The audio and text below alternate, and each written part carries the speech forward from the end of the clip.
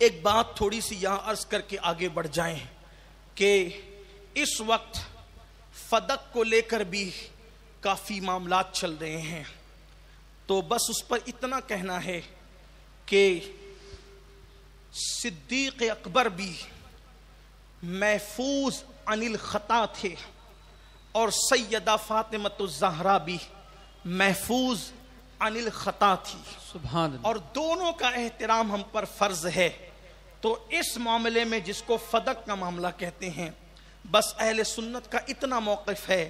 کہ نہ اس معاملے میں صدیق اکبر سے خطا ہوئی اور نہ سیدہ فاطمۃ الزہرا سے خطا ہوئی، دونوں خطا سے محفوظ ہے، اس لیے کہ دونوں کو قرب رسالت جو ہے وہ میسر ہے، سیدہ فاطمۃ الزہرا کی قربت کا اور ان کا جو تقرب رسول اللہ سے تھا اس کو تو کوئی انکار نہیں کر سکتا، اور صدیق اکبر کا جو تقرب تھا اس کا انکار بھی کوئی نہیں کر سکتا، اس لیے کہ ان کے قرب کو قرآن بیان کرتا ہے، اذ ہما فی الغار، سبحان اللہ، ان کی کیفیت کو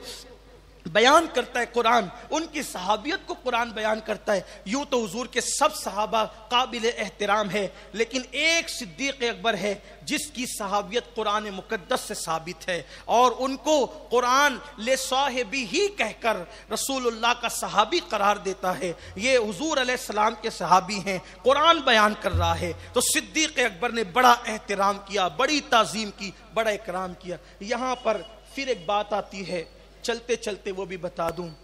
کہ لوگ ایسی باتیں کرتے ہیں کہ معاذ اللہ صدیق اکبر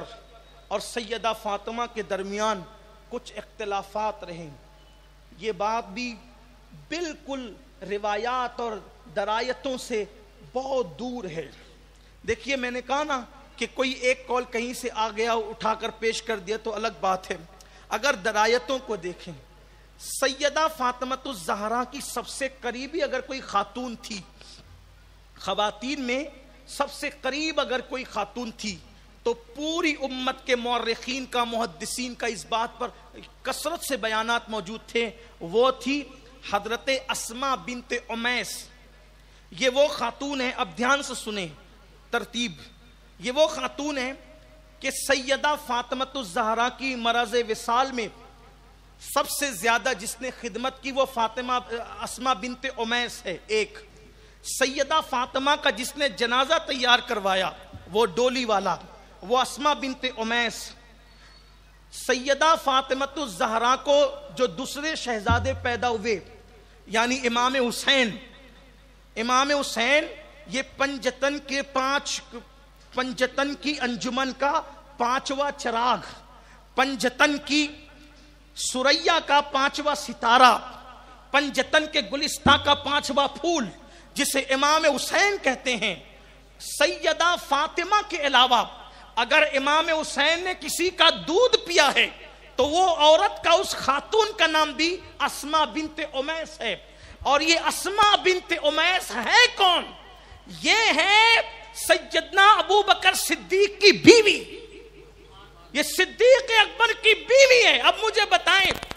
جن لوگوں سے اختلافات ہوتے ہیں تو کیا ان کی بیویوں کو اپنے گھر میں آنے دیا جاتا ہے؟ اور اگر اختلاف ہو، شدید اختلاف ہو، تو کیا کوئی شوہر اجازت دے گا کہ اپنی بیوی کو کسی کے گھر میں جا کر خدمت کرنے کی، بچے کو دودھ پلانے کی اور وہاں پر خدمت انجام دینے کی؟ یہ حضرت اسماء بنت امیس وہ خوش نصیب عورت ہے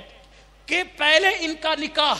رسول اللہ کے چچا زاد بھائی حضرت جعفر طیار کے ساتھ ہوا۔ دیکھو یہ خاتون کتنی مقدس ہے، پہلے ان کا نکاح حضرت جعفر طیار کے ساتھ ہوا، جب جعفر طیار کی شہادت ہوئی تو ان کا نکاح سیدنا ابو بکر صدیق کے ساتھ ہوا، اور جب حضرت ابو بکر صدیق کا وصال ہوا تو پھر یہ خوش نصیب خاتون کا نکاح مولا کائنات کے ساتھ ہوا۔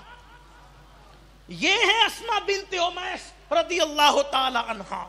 ان کا نکاح خیر میں حضرت سیدنا مولا کائنات فروسی جو ہے وہ آپ حالت میں دنیا سے تشریف لے گئی۔ یہ اسماء بنت امیس صدیق اکبر کی بیوی ہے سیدہ فاطمہ کے ساتھ ساتھ۔ یہاں یہ بات بھی بتائی جاتی، کہی جاتی ہے کہ جب سیدہ فاطمہ کا وصال ہوا تو ابو بکر کو خبر بھی نہیں تھی، معاذ اللہ، جس کی بیوی گھر میں موجود ہے، خدمت کر رہی ہے، جنازہ وہ بیوی بنائیں، جنازہ بیوی بنائے، ڈولی بیوی بنائے، صدیق اکبر کو خبر نہ ہو، یہ بات ایسی نہیں ہونی چاہیے۔ دراصل ابھی میں آگے بتاؤں گا کہ آپ نے سنا ہوگا نا کہ پیٹ میں درد ہوتا کہاں ہے، لوگ بتاتے کہاں، یہ باتیں کیوں بھی حضرت فاروق اعظم اور صدیق اکبر کے خلاف باتیں کیوں بھی ابھی آتی ہے بات؟ تو صدیق اکبر نے مکمل طور پر اہل بیت کے حقوق، صحابہ کے حقوق، سب کے حقوق ادا کیے۔